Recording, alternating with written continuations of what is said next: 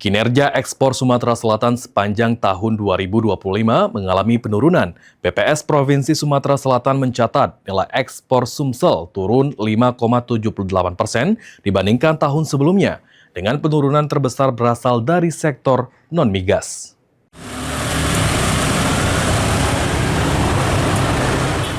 Badan Pusat Statistik Sumatera Selatan mencatat nilai ekspor Sumatera Selatan sepanjang Januari hingga Desember 2025 mencapai 6,33 miliar dolar Amerika Serikat.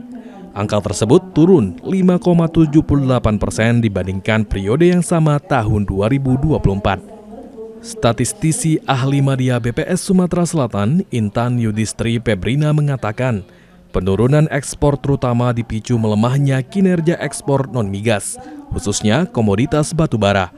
Selain faktor kualitas, penurunan permintaan global seiring peralihan energi menuju sumber terbarukan turut mempengaruhi nilai ekspor daerah.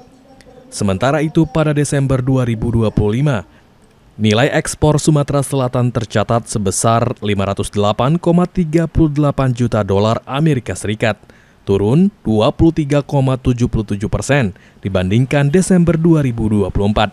Ekspor non-migas pada bulan yang sama juga mengalami penurunan hingga 24,50%.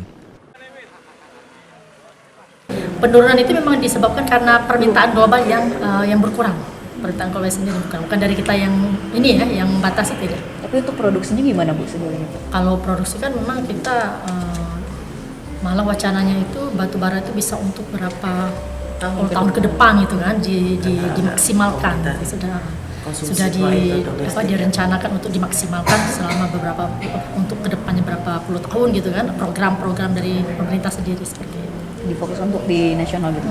Cuman itu tadi memang batubara kita kan yang diekspor itu yang lignit ya, yang batubara muda istilahnya. Jadi kualitasnya belumnya terlalu kualitas yang maksimal masih.